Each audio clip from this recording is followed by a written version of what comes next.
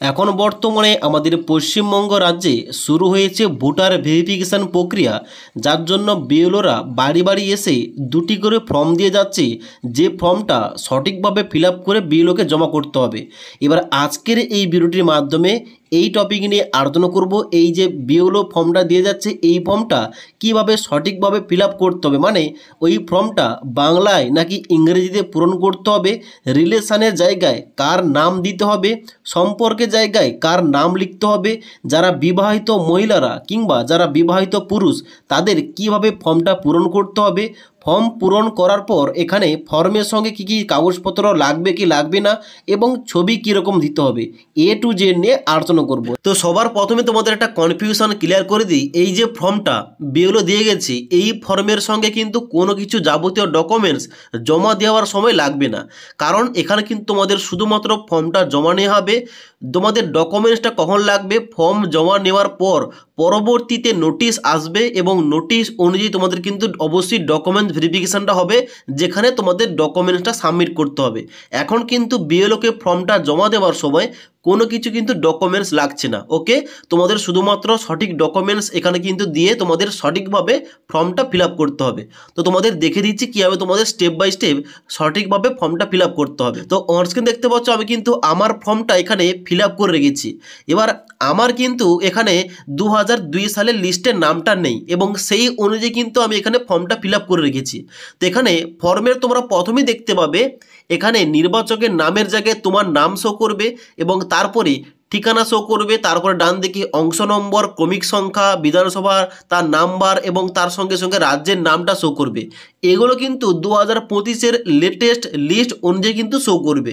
এবং ডান দিকে তোমাদের এখানে একটা ছবি শো করবে, ব্ল্যাক অ্যান্ড হোয়াইট, এবং এখানে তোমাদের ডান দিকে তোমাদের একটা রঙিন ছবি, মানে পাসপোর্ট সাইজের একটা রঙিন ছবি তোমাদের এইভাবে মারাতে হবে, যেমনটা আমি মারিয়ে দিয়েছি। ওকে, তো এখানে ফর্ম ফিল আপের জন্য প্রথম তোমাদের কি রয়েছে? প্রথম তোমাদের রয়েছে জন্ম তারিখ। এখানে কিন্তু অবশ্যই তোমাদের আধার কার্ড, ভোটার কার্ড অনুযায়ী এখানে তোমাদের সঠিক জন্ম তারিখ কিংবা তোমাদের এখানে ডেট অফ বার্থ এখানে এন্টার করতে হবে হাইফেন দিয়ে, অথবা তোমরা অবলিক দিয়ে দিতে পারো। তারপরে বলা হচ্ছে আধার নম্বর। এই আধার নম্বরের ডান দিকে তোমাদের আধার কার্ডের নাম্বারটা দিতে হবে। এবার আধার কার্ডের নাম্বারটা তোমরা দিতে পারো কিংবা নাও দিতে পারো, এখানে কিন্তু ব্যাকেটে ঐচ্ছিক লেখা রয়েছে। এবার তোমাদের একটা কনফিউশন ক্লিয়ার করে দিই, এখানে যে এই যে ফর্মটা আমি কিন্তু ইংলিশে পুরো ফিল আপ করেছি। তোমরা যদি চাও অবশ্যই কিন্তু এখানে বাংলা ভাষায় ফর্মটা সম্পূর্ণভাবে ফিল আপ করতে, তবে বাংলা ভাষায় ফর্ম ফিল আপ করার সময় তোমরা আধার কার্ডের নম্বর, মোবাইল নম্বর, ভোটার কার্ডের নম্বর এইগুলো তোমরা কিন্তু ইংরেজিতে দেওয়ার চেষ্টা করবে। ওকে, আর বাদ বাকি তোমরা কিন্তু অবশ্যই বাংলায় লিখতে পারো। তো এখানে কিন্তু তোমাদের নেক্সট বলা হচ্ছে মোবাইল নাম্বার। এই যে ডান দিকে তোমাদের মোবাইল নাম্বারের ঘরে তোমাদের সঠিকভাবে 10 সংখ্যার মোবাইল নাম্বারটা এন্টার করতে হবে, যে মোবাইল নাম্বারটায় পরবর্তীতে যদি বিএলওরা ফোন করে তাহলে কিন্তু অবশ্যই যেন ফোনটা তোমাদের মোবাইলে আসে। ওকে, তো সঠিক মোবাইল নাম্বারটা এখানে এন্টার করবে। তারপরে বলা হচ্ছে পিতা অথবা অভিভাবকের নাম। এখানে তোমরা কি লিখবে? এখানে তোমাদের লিখবে তোমার অভিভাবক কিংবা তোমার পিতার নামটা। এবার তোমার ভোটার আইডি কার্ডে তোমার যদি এখানে পিতার নামটা থেকে থাকে অবশ্যই পিতার নাম লিখবে, মানে তোমার বাবার নামটা লিখবে। এবার কারো হয়তো বাবা মারা গেছে, তাহলে কিন্তু এখানে লেট দিয়ে তার নামটা লিখতে হবে। আর যদি চায় যে এখানে অভিভাবক হিসাবে তার মায়ের নামটা দিতে, অবশ্যই কিন্তু সে মায়ের নামটাও দিতে পারে। ওকে, এবার বিবাহিত মহিলারা কিন্তু তারা বাবার নাম লিখবে, মানে তার বাপের বাড়ির যে বাবা রয়েছে তার বাবার নামটা কিন্তু এখানে এই ঘরটায় লিখবে। তাহলে কিন্তু এখানে তার বাম দিকে অভিভাবকের নাম এখানে কিন্তু টিক চিহ্ন দিতে হবে, এবং ডান দিকে তার বাবার নামটা লিখতে হবে। আশা করি বুঝতে পারলাম।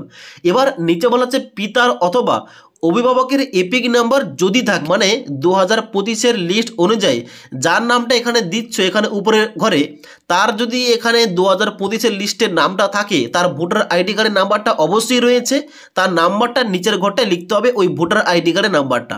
ওকে, তারপরে বলা হচ্ছে মায়ের নাম। এখানে কিন্তু তোমাদের ডান দিকে মায়ের নামটা দিতে হবে, এবং এখানে নিচে বলা হচ্ছে মায়ের এপিক কার্ডের নম্বর অর্থাৎ ভোটার কার্ডের নাম্বারটা নিচের ঘরটায় দিতে হবে। মানে এগুলো কিন্তু এই যে প্রথম কলমটা এগুলো কিন্তু তোমাদের 2025-এর লিস্ট অনুযায়ী হবে। ওকে, তো এবার যারা বিবাহিত মহিলারা আবেদন করছে, মায়ের নামের জায়গায় অবশ্যই তার বাপের বাড়ির যে মা রয়েছে তার নিজের মায়ের নাম কিন্তু এই ঘরটায় এন্টার করবে, এবং তার নিচে এখানে 2025-এর লিস্ট অনুযায়ী তার মায়ের ভোটার আইডি কার্ডের নাম্বারটা এন্টার করবে। ওকে, এত দূর পর্যন্ত বুঝতে পারলাম।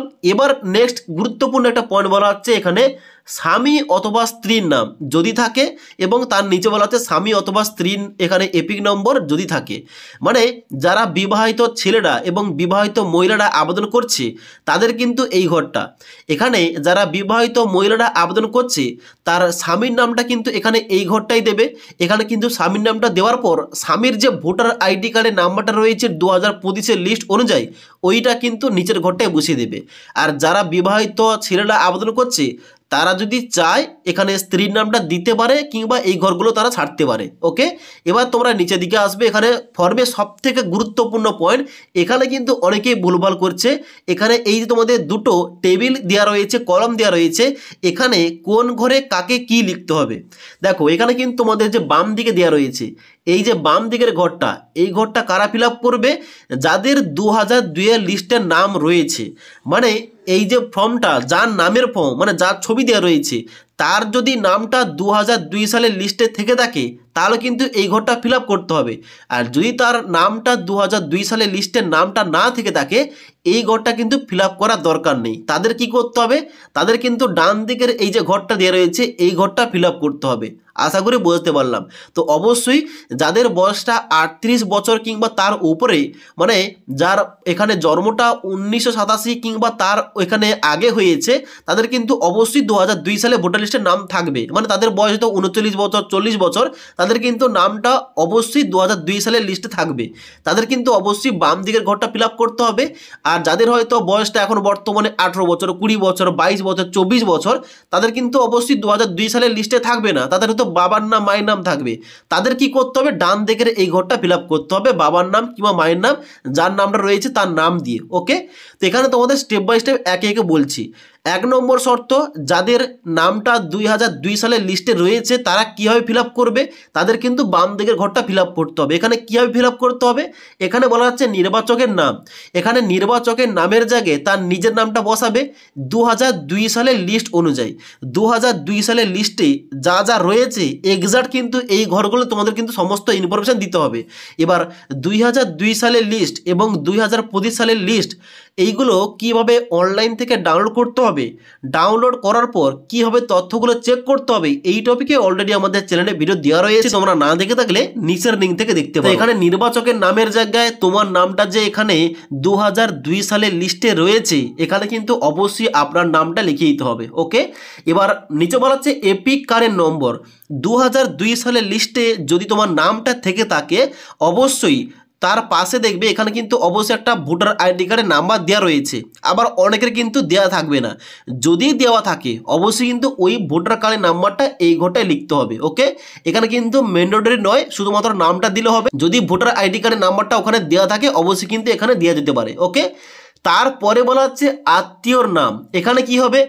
যার নামটা এখানে নির্বাচকের নামের জায়গায় দিচ্ছ অবশ্যই কিন্তু তার আত্মীয়র নামের জায়গায় তার বাবার নাম অথবা মায়ের নাম, মানে তার ভোটার আইডি কার্ডে যা রয়েছে অবশ্যই কিন্তু তার নামটা দিতে হবে।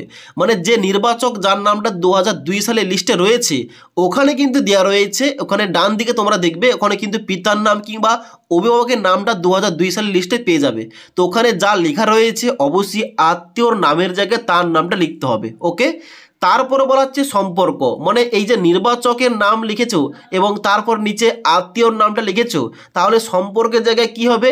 সম্পর্কের জায়গায় কিন্তু অবশ্যই এই দুজনের মধ্যে সম্পর্ক কি এখানে কিন্তু নিচে লিখতে হবে। যেমন উদাহরণস্বরূপ বলে দিই, এখানে হয়তো আমার নাম রয়েছে, আমি এখানে নির্বাচকের নামের জায়গায় দিলাম এখানে আমার নামটা, এবং আত্মীয়র নামের জায়গায় এখানে আমার বাবার নামটা লিখলাম। তাহলে কিন্তু এখানে সম্পর্ক কি হবে? ইংরেজিতে দিলে এখানে ফাদার হবে, আর এখানে বাংলায় লিখলে হবে পিতা পুত্রী সম্পর্ক। ওকে, তারপরে বলা হচ্ছে জেলা। জেলার জায়গায় অবশ্যই লিখতে হবে জেলার নামটা, এবং তারপর রাজ্যের নামের জায়গায় রাজ্যের নাম লিখতে হবে। এবার এইগুলো কিন্তু অবশ্যই 2002 সালের লিস্ট অনুযায়ী লিখতে হবে। তারপরে বলা হচ্ছে বিধানসভা ক্ষেত্রের নাম, বিধানসভা ক্ষেত্রের নম্বর, অংশ নম্বর এবং ক্রমিক সংখ্যা, এইগুলো সমস্ত কিছু যাবতীয় তথ্য ওই 2002 সালের লিস্টেই পেয়ে যাবে। ওকে, তার জন্য 2002-এর লিস্টটা কিন্তু সঠিকভাবে ডাউনলোড করে চেক করতে হবে যাবতীয় ইনফরমেশানটা।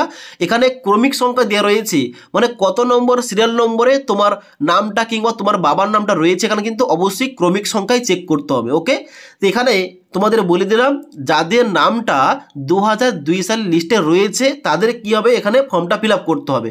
তাদের কিন্তু এখানে ডান দিকের ঘরটা ফিল আপ করার দরকার নেই, তাদের শুধুমাত্র বাম দিকের ঘরটা ফিল আপ করতে হবে। ওকে, এবার একটা কোশ্চেন আসছে, তাহলে যদি কারোর 2002 লিস্টের নামটা নেই, সে হয়তো এখন বয়সটা তার কম রয়েছে, 22 বছর, 25 বছর, 28 বছর কিংবা 30 বছর, তার হয়তো বাবার নাম কিংবা মায়ের নাম রয়েছে, তাদের কীভাবে ফিল আপ করতে হবে? তার জন্য ডান দিকের ঘরটা ফিল আপ করতে হবে, বাম দিকের ঘরটা কিন্তু কোনো রকম হাত দেওয়ার দরকার নেই। যেমন আমার ক্ষেত্রে আমার কিন্তু 2002 সালের লিস্টের নামটা নেই, তার জন্য বাবার নাম দিয়ে আমি কিন্তু ডান দিকের ঘরটা ফিল আপ করেছি, বাম দিকের ঘরটায় কিন্তু আমি হাত দিইনি। ওকে, তো সেম টু সেমভাবে তোমার ক্ষেত্রেও তোমার নামটা 2002 সালের লিস্টের নামটা না থেকে থাকলে তোমাদের ডান দিকের ঘরটা ফিল আপ করতে হবে।